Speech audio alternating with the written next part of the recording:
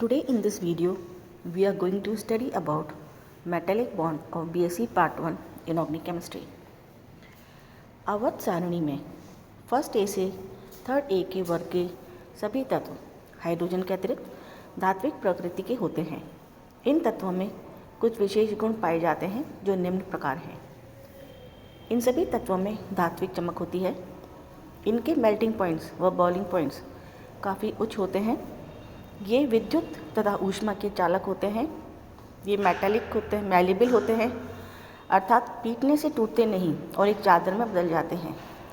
ये डक्टाइल होते हैं, अर्थात खींचने पर तार में बदल जाते हैं। ये उच्च घनत्व वाले अवाष्पशील कठोर पदार्थ होते हैं। ये रासायनिक अभिक्रिया में इलेक्ट्रॉन को आसानी से खोकर धनायन बनाने की प्रवृत्ति इलेक्ट्रोपॉजिटिविटी रखते हैं। कुछ अपवादों को छोड़कर लगभग सभी धातुएं उपर्युक्त गुणों को प्रदर्शित करती हैं। धात्विक क्रिस्टल अनेक परमाणुओं से मिलकर बना होता है जो आपस में प्रत्येक दृष्टिकोण से समान होते हैं। इसी कारण ऐसे परमाणु जो आपस में समान होते हैं वे आयनिक बंध नहीं बना सकते हैं। धातुओं के मध्य उपस्थित बंध जो धात्विक परमाणुओं को परस्पर बांधे रखता है धात्विक बंध कहलाता है। ये बंध ना तो आयनिक बंध होता है और ना ही सहसंयोजक बंध होता है। सभी धात्विक परमाणु की विद्युत ऋणताएं समान होने के कारण उनके मध्य आयनिक बंध नहीं बन सकता, क्योंकि धनायन व ऋणायन के निर्माण के लिए आवश्यक इलेक्ट्रॉन्स का स्थानांतरण भिन्न भिन्न विद्युत ऋणता वाले तत्वों के परमाणुओं के बीच ही संभव है। धातुओं में प्रत्येक परमाणु की समन्वय संख्या कोऑर्डिनेशन नंबर 8 से 12 होती है, जबकि धातुओं की बाह्यतम कोश में 1 से 4 तक इलेक्ट्रॉन होते हैं। अतः स्पष्ट है कि केंद्रीय परमाणु सभी निकटवर्ती यानी नेबरिंग परमाणुओं के साथ सामान्य सहसंयोजक बनाने में सक्षम नहीं है। धातुओं के विशिष्ट गुणों को भी सामान्य आयनिक या सहसंयोजक बंध दोनों नहीं समझा सकते। अतः स्पष्ट है कि धातुओं में उसके परमाणुओं के मध्य आयनिक व सहसंयोजक बंध से भिन्न प्रकार के बंध होने चाहिए। यह विशेष प्रकार का आबंध है जो धातु क्रिस्टल में उसके परमाणुओं को परस्पर बांधता है। यह आबंध धात्विक आबंध कहलाता है। इसे समझने के लिए 3 सिद्धांत प्रमुख हैं। पहला फ्री इलेक्ट्रॉन थ्योरी, दूसरा वैलेंस बॉन्ड थ्योरी और तीसरा मॉलिक्यूलर ऑर्बिटल थ्योरी। तो पहले हम पढ़ते हैं फ्री इलेक्ट्रॉन थ्योरी यानी मुक्त इलेक्ट्रॉन सिद्धांत। यह सिद्धांत सर्वप्रथम 1900 में ड्रूड नामक वैज्ञानिक ने प्रस्तावित किया था, जिसे सन 1923 में लॉरेंस ने संशोधित किया। इसलिए इसे ड्रूड लॉरेंस सिद्धांत भी कहा जाता है। इस सिद्धांत के अनुसार धातु क्रिस्टल का प्रत्येक परमाणु न्यूनतम आयनिक ऊर्जा के कारण अपने बाह्यतम कोश के समस्त इलेक्ट्रॉन्स अर्थात संयोजकता इलेक्ट्रॉन्स को खोकर धनायन बनाते हैं। इसके मुख्य बिंदु निम्न प्रकार हैं। निम्न आयनिक ऊर्जा के कारण उत्सर्जित संयोजी इलेक्ट्रॉन व उनके उत्सर्जन के बाद रहे नाभिक व आंतरिक कोश मेटेलिक कोर परस्पर क्रिस्टल जालक में एक निश्चित दूरी पर उपस्थित होते हैं। इन परमाणुओं से निकले हुए इलेक्ट्रॉन इन धनायनों के चारों ओर एक गैस तथा जलाशय की तरह फैल जाते हैं। धात्विक क्रिस्टल डायमेंशन यानी 3 डायमेंशनल। जो धात्विक क्रिस्टल होते हैं वे 3 डायमेंशनल रूप में क्लोजली पैक्ड धातु परमाणुओं से बने रहते हैं। धातु परमाणु के कर्नल एक निश्चित दूरी पर स्थिर अवस्था में रहते हैं तथा इलेक्ट्रॉन रिक्त स्थानों में विचरण करते रहते हैं। धातु परमाणु की निम्न आयनिक ऊर्जा यानी लो आयनाइजेशन एनर्जी के कारण धातु परमाणु की संयोजकता इलेक्ट्रॉन नाभिक के द्वारा प्रबलता से आकर्षित या बंधे नहीं रहते हैं और यह एक कर्नल के प्रभाव क्षेत्र से मुक्त होकर दूसरे कर्नल के प्रभाव क्षेत्र में पहुंच जाते हैं। इलेक्ट्रॉन्स का यह मूवमेंट धातु परमाणु के रिक्त संयोजक कक्षों यानी वैकेंट वैलेंस ऑर्बिटल्स में होता है, जो कि निकटवर्ती परमाणु के रिक्त कक्षों का अतिव्यापन करके ऐसा आयनिक कक्ष बना लेते हैं जो कि संपूर्ण धातु क्रिस्टल को घेरे रहता है। अर्थात संयोजकता इलेक्ट्रॉन मोबाइल या डीलोकलाइज्ड रहते हैं। इस प्रकार प्रत्येक संयोजक इलेक्ट्रॉन कई कर्नलों में और प्रत्येक कर्नल अनेक इलेक्ट्रॉन से संबंध रहते हैं और धातु परमाणु परस्पर बंधे रहते हैं। इलेक्ट्रॉन्स का चलन यानी इलेक्ट्रॉन्स का जो मोबिलिटी है गैस के अणुओं की तरह होने के कारण इस मॉडल को इलेक्ट्रॉन गैस मॉडल भी कहते हैं। गतिशील इलेक्ट्रॉन और धनात्मक कर्नेलों के मध्य यह आकर्षण बल जो कर्नेलों के इलेक्ट्रॉन सागर यानी इलेक्ट्रॉन बॉन्ड में बांधे रखता है धात्विक बंध कहलाता है। Free electron theory and metallic properties. इस सिद्धांत के आधार पर धातुओं के कुछ प्रमुख गुणों कैरेक्टरिस्टिक्स की व्याख्या आसानी से की जा सकती है। धात्विक चमक।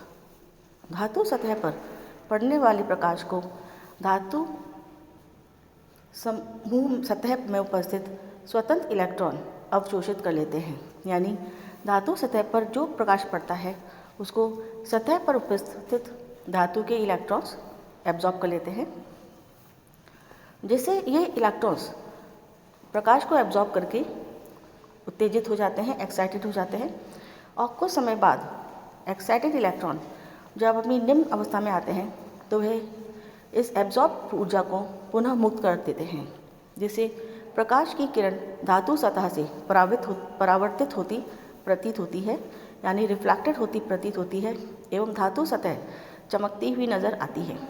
सामान्यतः उत्सर्जित ऊर्जा प्रकाश के दृश्य क्षेत्र की होती है।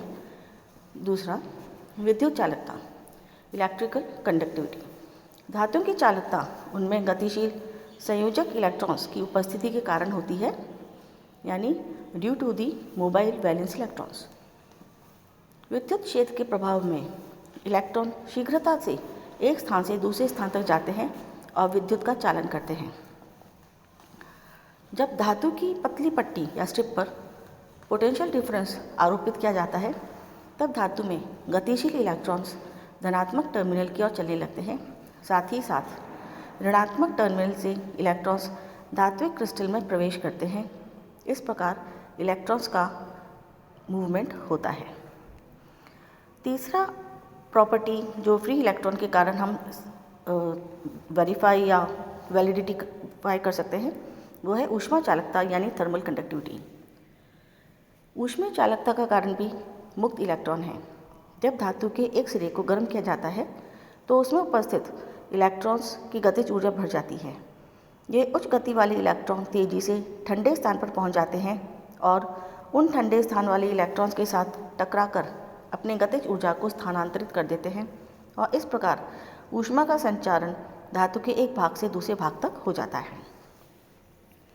चौथी प्रॉपर्टी जो फ्री इलेक्ट्रॉन्स के कारण हम वेरीफाई कर सकते हैं वो है मेलेबिलिटी एंड डक्टिलिटी। जब किसी ठोस या बाह्य बल लगाया जाता है तो परमाणु की सतह अपने मूल स्थान से खिसक जाती है, जिससे परमाणु अपनी साथी परमाणु के साथ बंध नहीं बना पाते एवं क्रिस्टल टूट जाता है। किंतु धात्विक क्रिस्टलों में ऐसा नहीं है, जिसे मुक्त इलेक्ट्रॉन सिद्धांत द्वारा समझा जा सकता है। यानी जब हम किसी आयनिक क्रिस्टल पे आयनिक ठोस पर अगर अपन बाह्य बल लगाते हैं तो वो जो आयनिक क्रिस्टल होता है वो टूट जाता है, क्योंकि शिफ्टिंग होने से जो सेम चार्ज के आयन्स हैं वो एक दूसरे के आसपास आ जाते हैं। पॉजिटिव पॉजिटिव के पास आ जाता है, नेगेटिव नेगेटिव के पास आ जाते हैं और वह क्रिस्टल बिखर जाता है। लेकिन मेटेलिक क्रिस्टल्स में ऐसा नहीं होता है। ये हम मुक्त इलेक्ट्रॉन के कारण ही पॉसिबल है। धात्विक बंध नॉन ब्रिटल होते हैं, आयनिक क्रिस्टल की तरह नहीं होते हैं। अतः जैसे ही मेटेलिक क्रिस्टल पर धात्विक सतह पर बाह्य बल के कारण अपने मूल स्थान से खिसकते हैं तो परमाणु अपने नए साथी इलेक्ट्रॉन्स के साथ बंध बना लेते हैं। क्योंकि मुक्त इलेक्ट्रॉन्स का समुद्र तो चारों तरफ फैला हुआ है एवं धात्विक कर्नेल व मुक्त इलेक्ट्रॉन्स के मध्य आकर्षण में कोई परिवर्तन नहीं आता है और पुराना बंध टूटता है, नया बंध बन जाता है। अतः जो मेटेलिक क्रिस्टल होता है वह बिखरता नहीं है। इसी प्रकार धातुओं को पीटकर चादर या तार भी बनाए जा सकते हैं, इसलिए वे डक्टाइल होते हैं। धातुओं की कठोरता। धातुओं की कठोरता धात्विक बंध की शक्ति के आधार पर स्पष्ट की जा सकती है। सामान्यतः धात्विक आबंध की शक्ति अस्थानित संयोजकता इलेक्ट्रॉन की संख्या में वृद्धि के साथ बढ़ती है, कर्नल के आकार में वृद्धि के साथ बढ़ती है। इसी कारण धातुएं सॉफ्ट होती हैं, क्योंकि इनमें केवल एक संयोजकता इलेक्ट्रॉन होता है। अपने आवर्त में इनका वृहद परमाणुीय कर्नल भी होता है। छठी प्रॉपर्टी जो फ्री इलेक्ट्रॉन के कारण हम समझा पाते हैं वो है उच्च गलनांक व क्वनता। धातु धातु आबंध नॉन डायरेक्शनल होता है तथा धनावेशित धातु आयन निकटवर्ती इलेक्ट्रॉन के मध्य प्रबल स्थिर वैद्युत बल होते हैं, यानी स्ट्रॉन्ग इलेक्ट्रोस्टैटिक फोर्सेस होते हैं। इसलिए धातुओं की जो मेल्टिंग पॉइंट्स होते हैं, वह बॉइलिंग पॉइंट्स होते हैं, वह उच्च होते हैं। सातवां है हाई इलास्टिसिटी, यानी उच्च प्रत्यास्थता। जब किसी धात्विक क्रिस्टल पर बाह्य बल लगाया जाता है तो भी क्रिस्टल जालक टूटता नहीं है, परंतु स्थिति परिवर्तन के कारण क्रिस्टल जालक की स्थिति अस्थायी रूप से परिवर्तित हो जाती है। लेकिन बल को विस्थापित करने पर क्रिस्टल जालक पुनः अपने प्रारंभिक अवस्था में आ जाता है। अतः यह कहा जा सकता है कि धातुओं में उच्च प्रत्यास्था होती है, यानी धातुओं में हाई इलास्टिसिटी होती है। अब हम आते हैं मुक्त इलेक्ट्रॉन सिद्धांत की सीमाएं, यानी limitations of free electron theory. यह सिद्धांत धातुओं के अधिकांशतः गुणों को तो समझाता है, परंतु निम्न तथ्यों को नहीं समझा पाता। पहला, धातुओं के चुंबक गुणों को समझने में फ्री इलेक्ट्रॉन थ्योरी असमर्थ है। धातुओं के गलनांकों में वृहद विभिन्नता होती है, जैसे पारे का गलनांक 134 केल्विन है, टंगस्टन का 3575 केल्विन की तुलना में बहुत अंतर है। यानी पारे का गलनांक जो 134 ही है, टंगस्टन का 3575 है, जो कि हम कह सकते हैं कि जो डिफरेंस है वो पारे का बहुत कम है और पारे की तुलना में टंगस्टन का गलनांक बहुत ज़्यादा है। इस डिफरेंस को वो नहीं समझा पाता। विशिष्ट ऊष्मा परिवर्तन समझाने में ये असमर्थ है। ताप बढ़ने पर कुछ धातुओं की विद्युत चालकता में वृद्धि तथा कुछ विद्युत चालकता में कमी को यह सिद्धांत नहीं समझा पाता। यानी कि हम देखते हैं कि ताप बढ़ता है तो कुछ धातुओं की विद्युत चालकता बढ़ जाती है और कुछ की कम हो जाती है। ये ऐसा क्यों होता है कि किसी की बढ़ रही है और किसी की घट रही है, इस बात को फ्री इलेक्ट्रॉन थ्योरी समझाने में असक्षम है। विभिन्न धातुओं की आबंध सामर्थ्य अलग अलग होती है। कुछ धातुएं अति कठोर तथा कुछ अत्यधिक मुलायम होती हैं। इस सिद्धांत के द्वारा अनेक गुणों की मात्रात्मक व्याख्या करना संभव नहीं है। तो हम कह सकते हैं फ्री इलेक्ट्रॉन थ्योरी में भी काफ़ी कुछ लिमिटेशंस है और धात्विक बंध को पूर्णतः समझने के लिए हमें दूसरी थ्योरीज की आवश्यकता है। अगले वीडियो में हम धात्विक थ्योरी के लिए वैलेंस बॉन्ड थ्योरी की स्टडी करेंगे। Till then that's all. Okay, thank you.